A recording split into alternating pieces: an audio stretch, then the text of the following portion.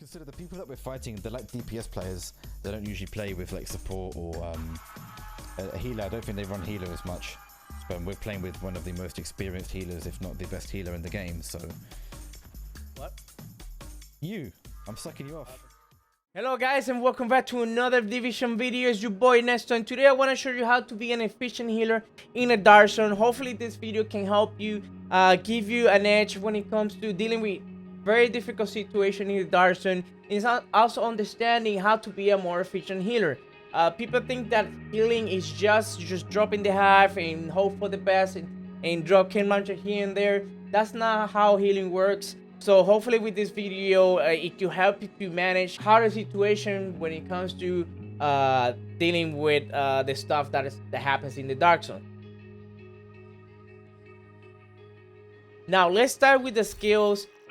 There's no other explanation. You need to have the hive and the chem launchers. There's nothing better than this. I'm gonna show you a couple clips that I recorded so you can see how compares the supplement skill. And what I mean by supplement skills is your secondary healing skill.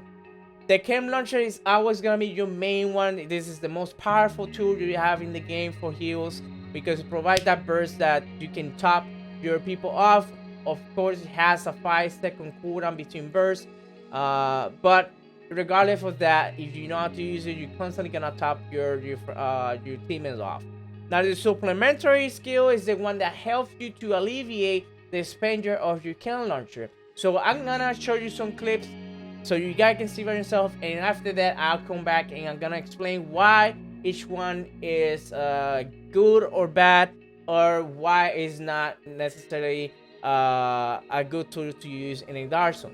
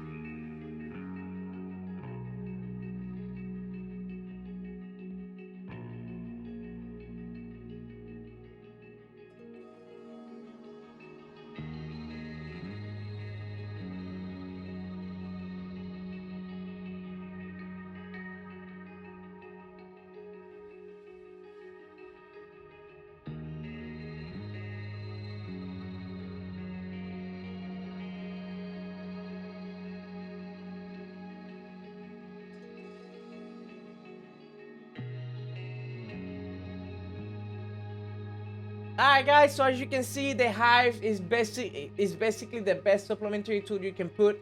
Now I'm gonna explain why I think the other ones are not really that good and how it could be maybe improved for the future, even though that's not gonna happen. But at least to give you the insight what I think about each skill and how it could be improved to have a better tools, because you know, as a healer, it's kind of frustrating that you only have two set of skills to use and you don't have variety, okay? Because the other one are too inefficient.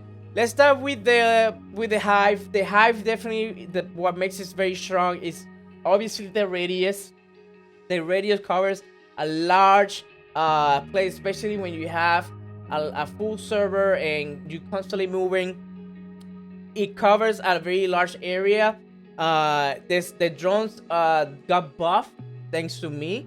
I was able to speak with the dev to get the drone speed buff across the board, so it makes the hive more responsive. Because if you throw the hive, if you didn't know, the farther that you are from the drone, the hive, the drone is gonna take a longer time to get into you. So obviously, when you're healing, you want to not just drop the hive and make the hive do the work.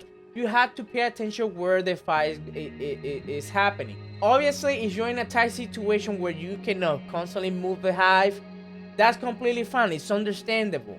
You don't gonna get out of your way when you know that your teammates are still in the hive ready, but they're far away from it, but they're taking a lot of damage. You're not gonna get out of your way and get the hive to move from position. So you always want to make sure that the hive is constantly close to your teammates, so you get the charge faster when they're taking a lot of damage. This is something most people don't understand, and they just drop the hive there, hope for the best, and it's like, oh, why did I die? Well, the drone took forever to reach your teammate.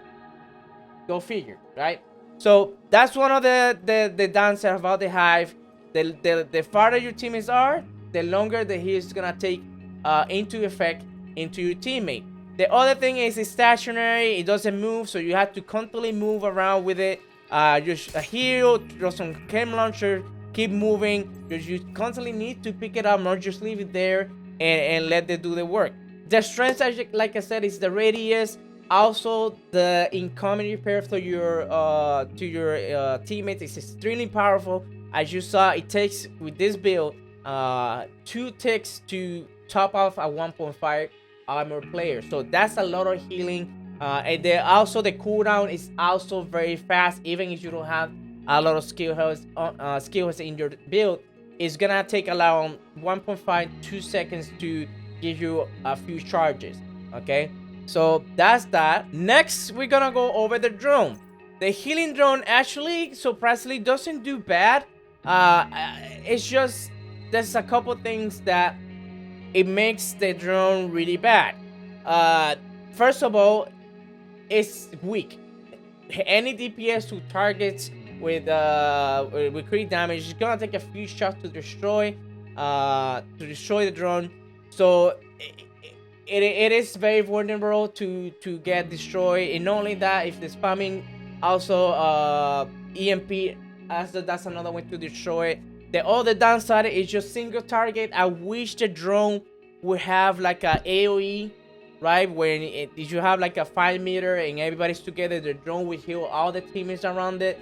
Unfortunately, that's not how it works. It works only by single target. If the drone have better incoming repair, even though it doesn't provide a burst, there's also a weakness, doesn't provide a burst, it only provide healing over time.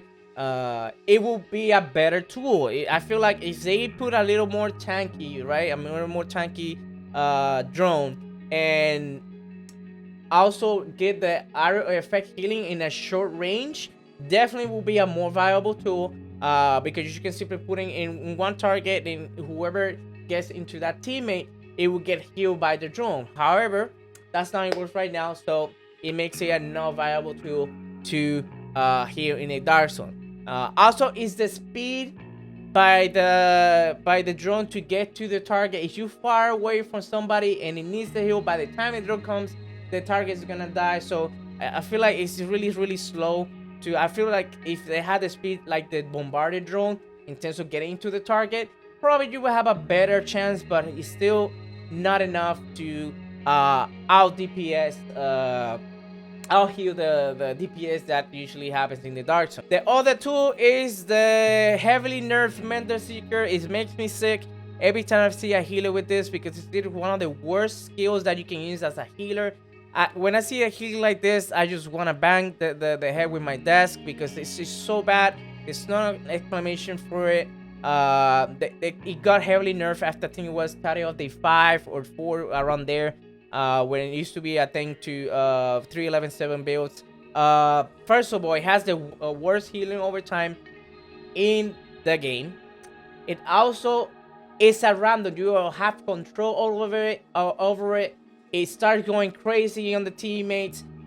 It doesn't provide a burst either. Even if it drops like that animation when you draw the can launcher, it doesn't provide a burst.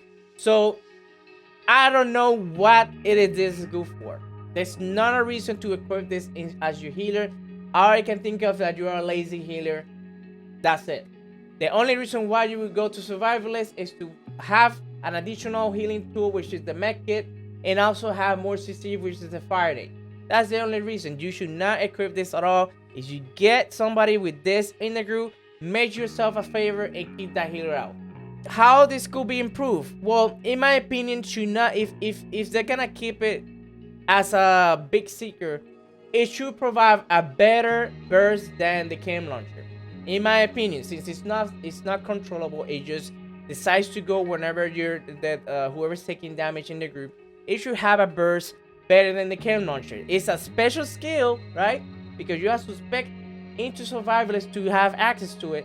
Therefore, it should have some sort of trait that makes more attractive to into your build. However, that's not the case. Maybe you can change it as the burst seeker, where you can have a huge radius of effect, and whoever is there, it takes better healing than the hive. That's another change that they can make on the game. Or if you want to keep it with decent heals, have the ability of taking out status effects from your teammates, at least something, make it something special that it makes me not just to get the survivalist for the mech, but also pursue that skill for my loadout. Another thing they can do is just make it like a small seekers, where if your teammates are taking damage, you can just drop it and every seeker will go onto each teammate and heal them. That's another way they can fix this, in my opinion. But make it more interesting. This whenever time I see this, it just gives me hemorrhoids on my eyes just seeing a healer with this. So yeah, enough of the rant. Let's continue. I'm not even gonna go over the healing trap. I think the video explained by itself how bad this thing is. Whoever designed it needs to be fired in massive. There's not a reason. First of all, the alignment. Why do we need, what is this even a thing? Nobody runs in a straight line in Division, especially in the Darkzone. Nobody runs in a straight line. So why they made this as a straight line? I don't understand. Second of all, why you didn't made it as the shot trap, where you have a covered area effect so people can run from it? Why does it break when the person has full HP? I still don't understand why that's a thing. I feel like in order to fix this, they need to make it in a radio base where you cover a large area, probably bigger than the hive. Not only that, when they break the trap and that leaves that mist, also can provide some healing over time. A little small burst with healing over time, and also the ability to probably, cleanse the status effect. Because as you know, if you use this skill while it's overcharged, it does in fact remove any status effect or makes you immune. So it is clearly over here when you go over the overcharge, it says traps also provide status effect immunity for 10 seconds. But it's overcharged. As you know, overcharge is disabled in the Darkzone, so that's pretty much worthless. So there's this has big huge potential But right now, the execution of the skill, it makes zero sense. Not even by an internship guy would design such a bad skill. The next topic I want to talk about is the build. What build you should run? Well, that's gonna be determined by, first of all, what are you dealing with in the Darkzone? Are you dealing with a lot of more DPS players than status effects? Are you dealing more status effects than DPS players? Are you dealing with a lot of one-shot builds? What is that? What is the thing that is happening in DC? Also, another factor that's gonna determine which build to use, if you're playing with a group of friends that really know each other, you know how each one plays. What build are they using? Are they using more like range builds where everybody's kind of separated, or everybody's grouped together? It's gonna depend different factors. So this is basically the safest build that you can equip for almost any situation. It has enough hazard protection. You have to have the protection in the Darkzone. There's not an excuse to not because you're healing. That means I'm gonna expect everything skill is in reverse skills, and hope for the best. You're gonna get a lot of status effects, and you're gonna die. You're gonna be in a very tough position. If they foam you, you're dead. You're dead. So you need at least 70 to 80% hazard protection. And if you're more experienced, 60 will be enough, but you need to have more than 60% hazard protection. On any build that you equip, they need to have hazard protection. No question to ask. The other thing, you have to have blues in your build. If you have a all yellow healing build, you're gonna die. You're not gonna survive any burst. You have no chance to survive in a Darkzone. That's another mistake that I see from healers, pulling out everything yellow and not and thinking that they're just gonna survive. If I see you as a healer, I can tell already by looking at the bars. When I see somebody that has no blues, I tell I just focus the healer. They'll die real quick, and it dies real quick because you don't have any heals. You have to have at least 1.1, 1.2 armor. Now that you have the mask, just put it on so you can get a little 100,000 more. So you have to have at least one blue, or if you're using survivalist, but you're using technician, which is my favorite spec, will be 2 blues. That gives you enough armor to be, more tanky, provide, send, extremely good amount of healing, using the card, of course, and the tier that the specialization provides you. If you're using survivalist, you need at least 1 blue, and obviously hold the card as well. You need blues in your build, okay? You need to have a pattern resolve, especially if you're running a high end, because you need at least to provide damage into your group by having them buff once they get healed. Remember, you're a healer, you're not a DPS, meaning that you have in the group one less player to put DPS on the player that they're rushing at you. Okay, so you have that. The other build that you can run, depending on the situation, this is only if you are playing with a group of friends that you are very close with and you know how they play. You can use the Fushi initiative. This hands down is one of my favorite. With the backpack, it's definitely one of the best. However, weaknesses of this build is that once you are by yourself, your healing is extremely bad. Other thing is, if you have somebody that is far away from your group and it needs a came launcher burst, don't expect them to top him off, because you're losing a safeguard. And when it comes to like those situations, future initiative, it does provide a very weak heal. However, when everybody's in a group and playing together, this is one of the strongest builds that you can put in a group. Also, you need to have blue as well. In hazard protection, every build that I have, it has hazard protection, so no question to ask. Fusion initiative, one of my favorite. And also you can be very aggressive with this build because you don't have to rely on safeguard, but you have to play a little bit safely when it comes to dealing with this stuff in the Darkzone. So this definitely is what I run when I'm playing with my clanmates, because it's very efficient. I can still play both. It doesn't really matter to me. It just depends what build. Like I said, you have to know what your teammates are using and what you are dealing with. in a Darkzone in order to equip the right build. Okay, sometimes not having the right build on in that situation that you're dealing with probably will not be enough, and you end up, you know, either dying or your teammates not getting the hit what they need to. The other one that I have is a hazard, 100% hazard protection. When I know that the server has extremely toxic builds, like somebody spamming with tier 6 EMP at the end, constantly getting creepy in this stuff, I don't have to worry about anything. It does provide decent heals, and not only that, your safeguard is always up for the most part because you don't get any status effect on you. Therefore, you still have enough healing to provide into your group. And I'm pretty sure you have seen a couple videos where I'm running this build and basically I don't die. So it's not bad as you think it is. It is a very good one to run. Or if you want to have more fun, more aggressive without being in a fusion initiative, if you don't have it, is the incoming repair one. You know, I had this one has 155% incoming repair. You can be extremely aggressive. You can provide decent heals, and you don't have to be afraid of dying in a Darkzone pretty much, unless you get one-shotted.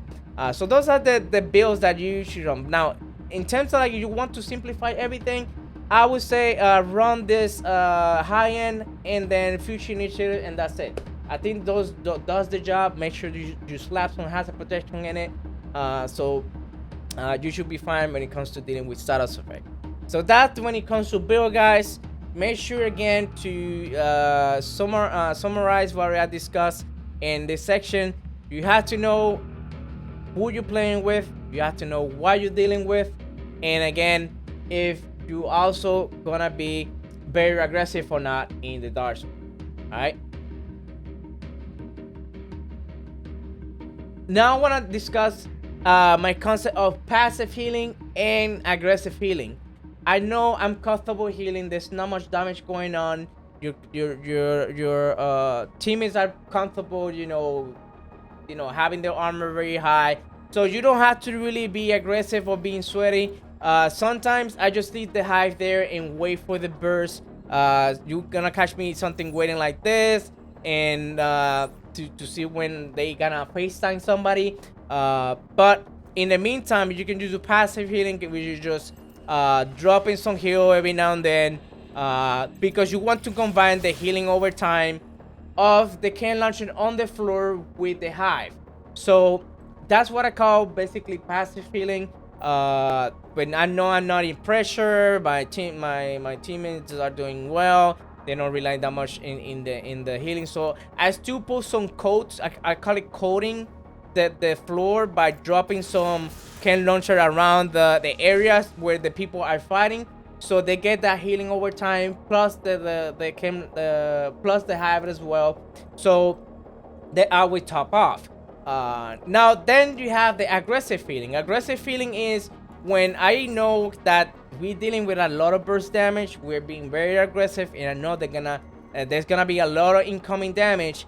I still drop the hive, but also I'm waiting for that burst to take into effect, so I can just throw the cam launcher and get my party all burst out. Now after that, you have a 5-second internal cooldown of the cam launcher for the next burst. What you can do is you can just drop that and then drop another a few if you're dealing with a very difficult situation, drop like a few chems on the floor, so again keep the floor coated with heals, and then go back again and wait for the next burst.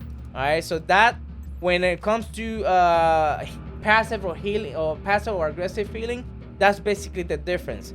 The other thing when it comes to healing, especially with the hive, is know where your teammates are going to. Okay, if you are, let's say they're pushing that let me put like 15 meters here. If you know they're gonna push this target over here, you cannot run with your group and then drop it once they start engaging that target. If your teammates are going to push those targets over here on 50 meters, and you know they're gonna run into them, you need to throw the hive where they're gonna be fighting. You cannot be waiting until they start engaging to drop the hive and then get it interact with the can launcher, because that can get them killed, especially if they are maybe the call out to target those people over there before they push. You gotta be on the back. Obviously, you cannot be very close because you can get shot and get killed. So you want to drop the hive where they're gonna be called out. You have the hive there. By the time they engage, the hive's already doing some work, and then you can just can launch it from the back. As you know, there's a lot of damage going on, but you don't want to get exposed for the get yourself killed. If you don't feel comfortable, that's fine. You can just do range healing, but you have to make sure that you don't go and run behind them and then pretend that you're gonna do this and then call it. By the time you do this, probably your one of your teammates dead. All right, so you have to keep in mind what are the callouts. You have to constantly hear out what your group is saying. Communication is key in anything in the Darkzone, so you have to make sure that you listen what your teammates are gonna be doing, so then you can place the healing in the right place. The other thing is, just don't drop the hive and just don't drop the hive and leave it there, and especially if they're constantly moving. And then sometimes I see healers that they drop the hive, the team is already over there, the hive's still here not doing anything. You have to move with the hive. The hive is gonna always help you, make your life easier. So if your teammates are moving, you have to pick it up and move with the group to whatever call out they make. Also, be their eyes. You're not shooting anybody, you're just seeing what is going on. You have to make the call out, say, hey, there's somebody flanking, I saw somebody behind us, or push this, push that. You also need to be confident on what you can heal, what you cannot heal, because obviously if you don't make that call out and your teammates are gonna think, we have a healer in our group, so I'm just gonna make this push, where probably you won't be able to heal what is going on, and then get themselves killed. Make yourself be heard in the group, okay? Because you are the healer, you have a very tough task in the group. You have to let them know if they can push that or not, okay? So if you see that they're gonna push a group, and you know they're running very tough builds, and you probably cannot unheal that, make them like, don't push that because you're gonna die. The other thing that you need to do as a healer is make sure that you drop nades, especially EMP nades. This is definitely gonna help a lot. Dropping EMP nades or any nades to either prevent pushing or get people jam or any mortar jam. You need to use your nades. I never seen a healer dropping nades in the Darkzone. This is really, really important. Definitely can help your people push or prevent damage from any skill like mortar, hive, etc., or maybe disabling the shields from certain people. This can definitely make a huge difference, and I don't see people doing it. Just drop the EMP nade where you think they're gonna be pushing. It has a very large radius, as you can see. Also have a very large duration, so don't underestimate your nades. If you're using survivalists, even better. You have fire nades, and if you run out of it, you have two options. You're still in combat, you switch to the normal one, still throw some nades, and then when you get out of combat, you can switch builds and then get this replenished. I don't know if you knew that, but you can switch builds and replenish yourself with the special grenade. The other tip that I can give you guys is basically be more aggressive with your guns, either capacitor or with your cav. You always need to shoot with the cav when you know that you don't have burst on your cam launcher, because you want that first of all reformation. And also hitting people with the head on with the pistol, it can actually make a difference sometimes when the DPS is engaging another player. That's extra damage. So make sure that when you feel comfortable, just make sure that you engage with the gun to burst people down, especially when they're making call out. So that's another tip that I can give you. The other thing is the spamming EMP constantly. You want to do EMP bait, okay? Sometimes you're gonna get a full server and people gonna start spamming. Yeah, you have hazard protection, but hazard protection doesn't basically make your deploy skills immune, right? So what you want to do is, that situation when somebody's spamming the EMP, You want to bait them with just dropping the hive when there's nothing going on, because as soon as they hear like hive on the other side, road hive or whatever Isaac says, they're just gonna be dropping the EMP. You want to bait them to just drop to do the EMP, pick it up, and then they're gonna push, thinking that they just broke the hive, but you still have it on yourself with fully charged. The other thing is, do not, if you have a lot of charges and you can save the hive, save it.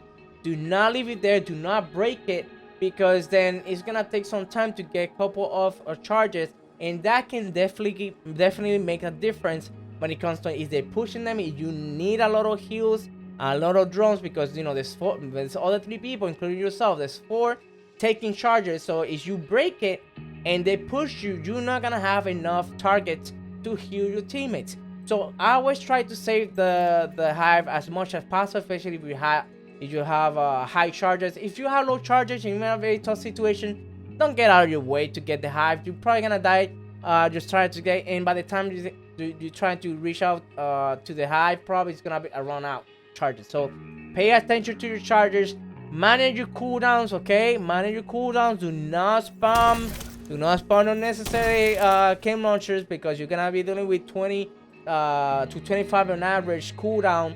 That, you know, it's gonna take some while to take, at least for the chem launcher, not so much for the hive, but manage the cooldown as much as possible, because when you're in a tough situation, you're gonna run on cooldowns. You have 0 heals, your teammates are gonna die. So that's that. Also, if you're in a very situation, use your damn med kits. I see people that they are dying, they cannot heal, they have low cooldown, they're having a tough position on the cover. Use your med kits.